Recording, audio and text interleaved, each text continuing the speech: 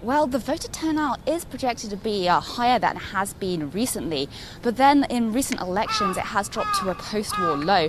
It's expected that over 55% will turn out to vote, and that could mean that the results could be a little bit unexpected. Typically, higher voter turnout signifies that the opposition party may stand a stronger chance.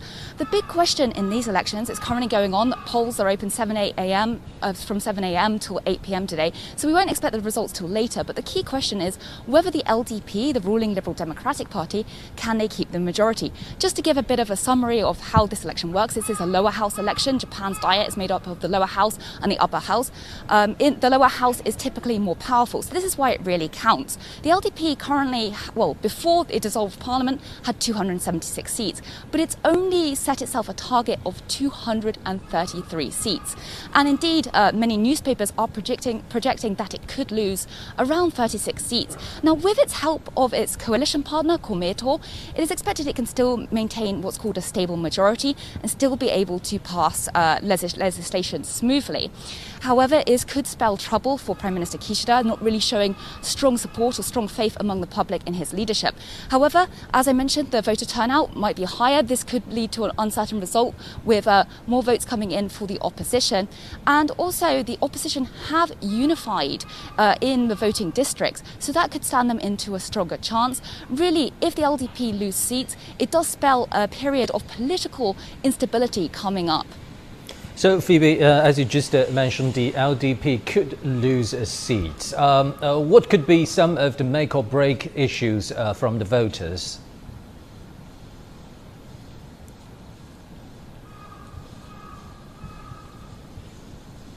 Well, certainly the COVID-19, the pandemic response is a major focus, and there has been widespread dissatisfaction over how the LDP has responded so far with a year and a half of stop-start restrictions. Now, in the LDP's favour, infections nationwide have dropped to the lowest this year. So that's really meaning that people are feeling more confident about the pandemic. However, it is still a concern. The LDP have promised to start rolling out booster jabs by the end of this year and have made them available for anybody who would be eligible.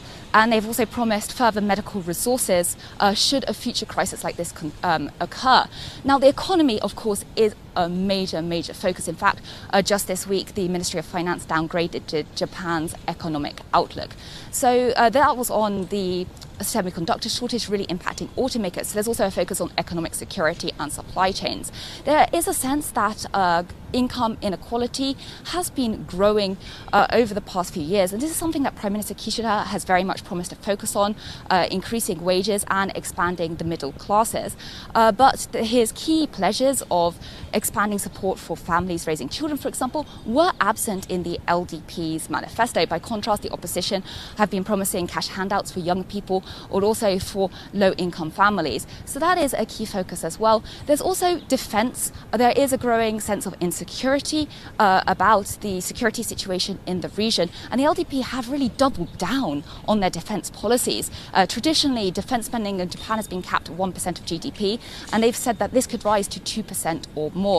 Overall, however, there is a sense of, will the LDP be listening to voters' voices? Prime Minister Kishida has been campaigning with a notebook saying he's written down people's worries and he's here to listen to the people. The opposition, by contrast, has really pointed out the amount of scandals, the corruption and the pandemic response from the LDP over the past year. So this election really is a judgment on the LDP's track record over the past few years. Thank you very much. Our correspondent Phoebe Amoroso in Tokyo. For more insight, let's cross live to Professor Kazuto Suzuki from the University of Tokyo in the Japanese capital. Thank you very much for joining us, Professor. So tell us, do you think LDP's solid majority is in danger this time?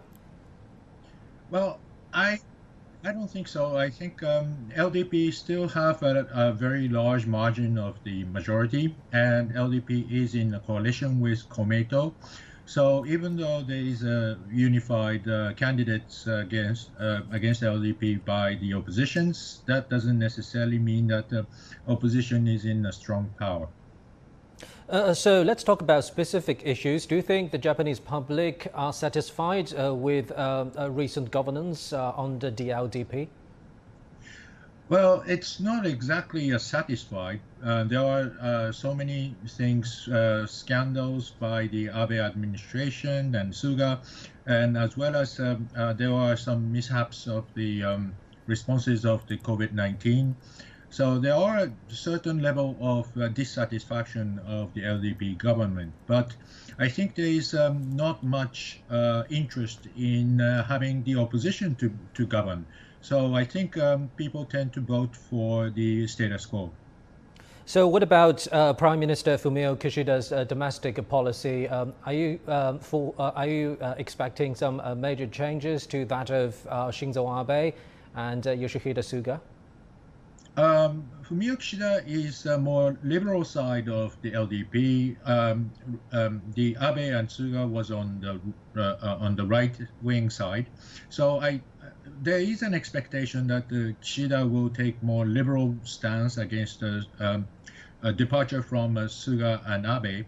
But it seems that Kishida needs to have a balance in the party. So he is standing one hand on one foot on the liberal and one foot on the right wing. So I think there is a slight change of the distribution of wealth, etc. But in terms of the foreign policy, defense policy, and many other things, Kishida will stay on the rather conservative course.